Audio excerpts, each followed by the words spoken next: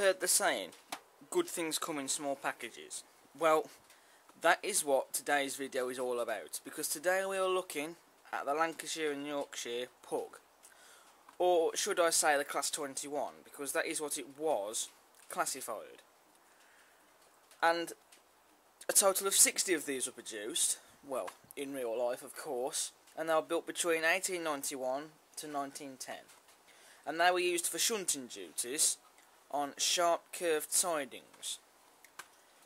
And some had smoke deflectors above the chimney for operation beneath the Liverpool Overhead Railway. And 2 survive. One is on the Keith Linworth Valley Railway, which last steamed in 2005, and there's one on static display on the Ribble Steam Railway.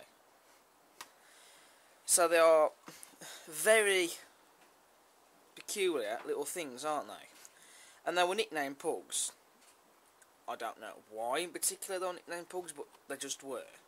Now I should point out, this is not a new locomotive. I've had this model in my collection since 2009. But I'm going to review it as a change from reviewing new stuff all the while. It was an eBay purchase. I forget how much it cost, but it didn't really cost that much to be expensive. These models are currently not being produced by Hornby, although they did bring them back in the range in 2010, I believe it was. They released one in BR black with the British Rail full lettering on the side of the saddle tank. And they also were to produce another one in BR black with the light crest, I believe, but it's so far not been released yet as far as I'm aware. But you know, given what Hornby are like, you know, because they have lost a lot of money due to not releasing much products, then well, that's what can be said. Okay, so there's no instructions because it was a second-hand model, but you know, sometimes that does happen. But anyway, so let's have a look at this little locomotive. Okay, now, where do we start? Well, firstly, there is a little bit of weight in this model. It's not massively heavy, but it is a little bit heavy, but the weight is good because that's what we need it for, in order to pull things, or shunt things, if you will, rather, whatever you want to use it for. Now, you haven't seen a lot of this model running on videos lately. That is because I did change the couplings. As you can see, it has a medium coupling there. I did swap it for a slimmer tension lock coupling. Well, I didn't use the tension lock. I just used a slimmer coupling.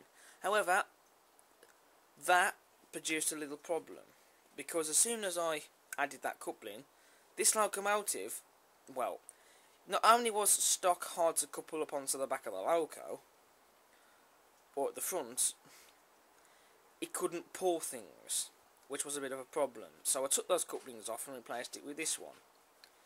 And so now it can pull things again, like it should be able to. I have removed the front coupling now, as you can see, and I've added a chain link coupling on as well. So I've got rid of the plastic dummy hook and replaced it with a chain link one, which I think looks much better, in my opinion, because it adds to detail. Also, now it does come with square block wooden buffers, although they are plastic. What I have done, and you will know about this on Twitter, is replace the plastic ones with real wooden buffers. You may be thinking, well, how have I done that? Well, what I did was cut some matchsticks to length, glued them together and then painted them black. Although I did add more than one coat of black paint on it, but trust me, they are now proper wooden buffers, and I think they look really, really nice, and they've turned out really well.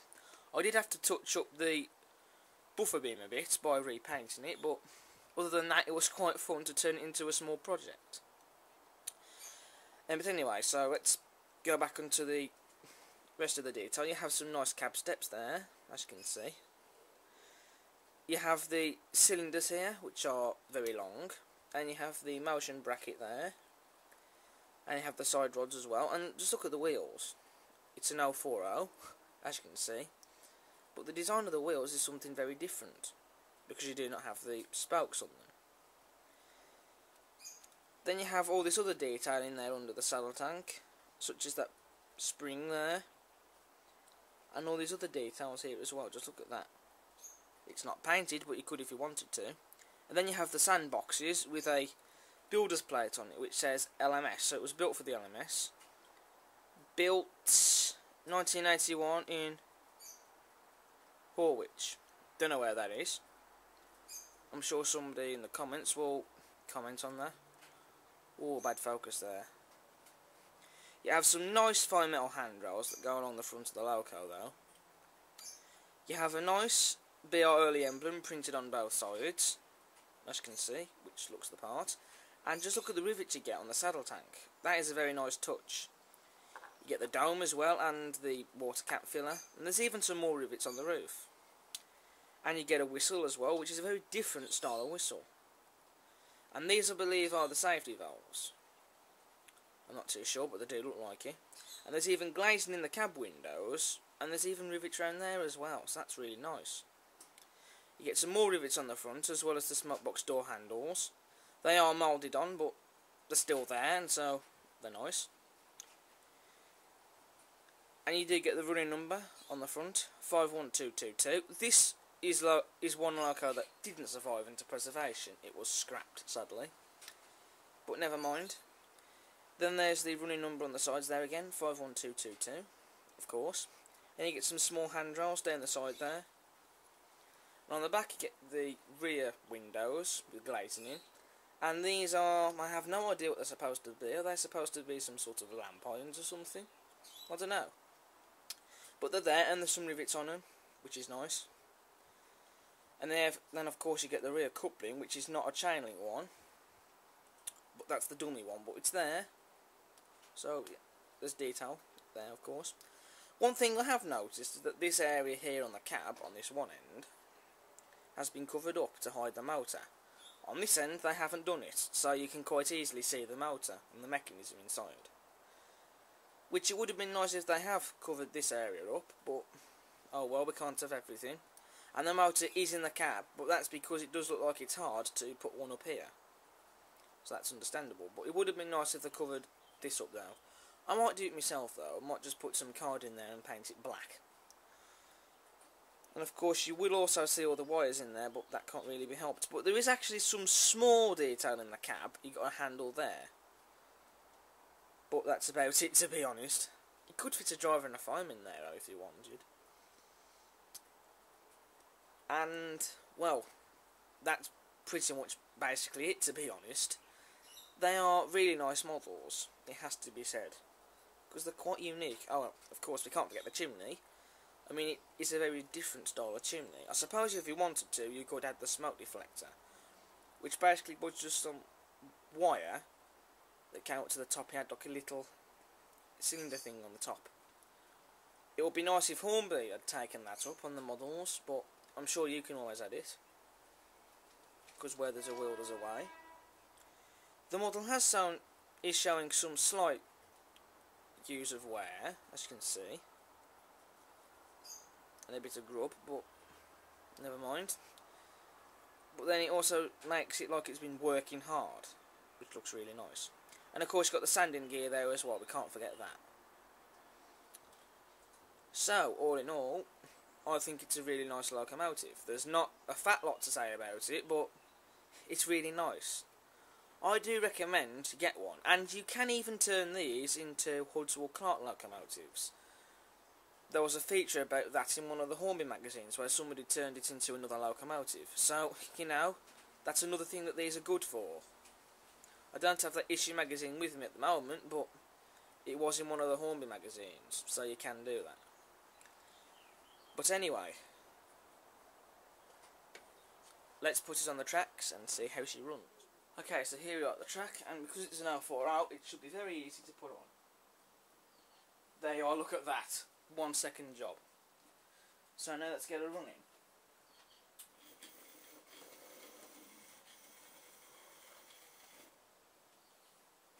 Stops on the points there. Okay, well she seems to be running very smoothly. There's no grinding noises or anything. Excuse the magpie. And even though she hasn't been running in a while, she's doing really well. Just look at that link motion going. Do excuse that there's a class... Oh, she stopped on the points there. Do excuse that there's a class 50 on the road. I know that's not very accurate, but she's in need of some extra nameplates, because as you can see, the transfer ones are peeling off. It's happening on both sides as well, actually. So there are going to be some extra nameplates on order for it. Anyway, so there goes the Pug. Back to the station, which all the people are there waiting to catch the train home. Although the train is delayed, because it's Britain. So there's going to be a rail replacement bus service coming in a bit.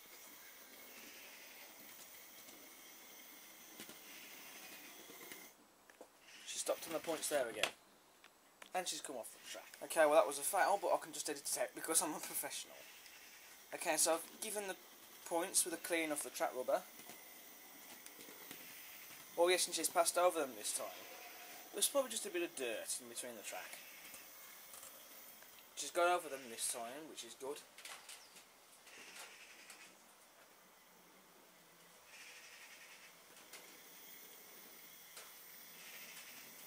So there she goes.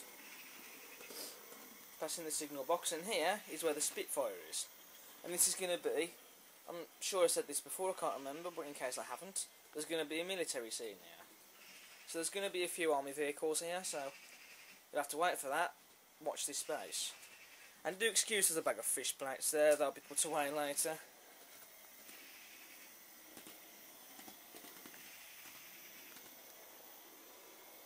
But yeah, that's really smooth, and for such a small logo as well.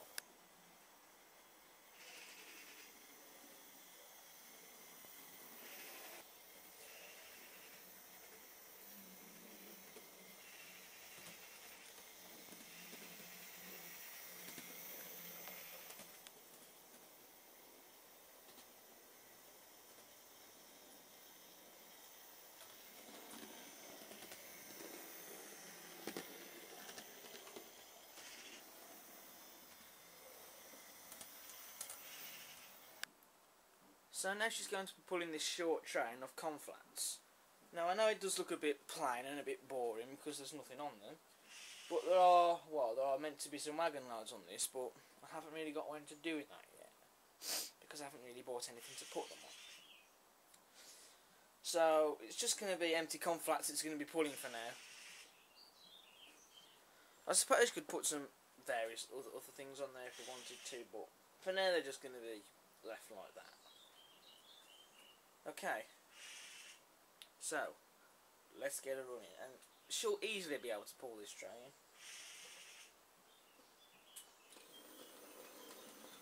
And there she goes.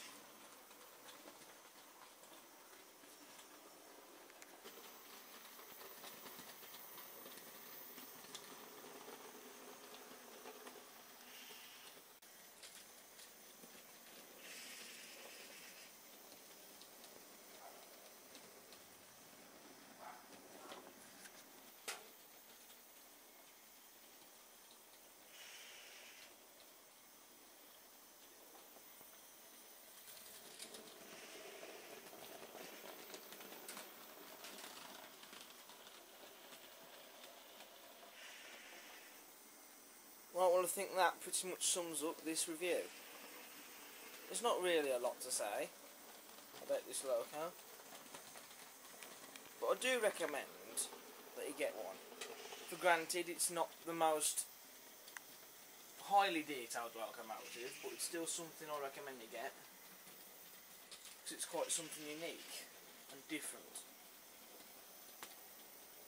And of course it won't get a 10 out of 10, but it's still nice to have on your layout, regardless. And like I said before, you can turn this into a little project. So thank you for watching, and I'll see you again soon.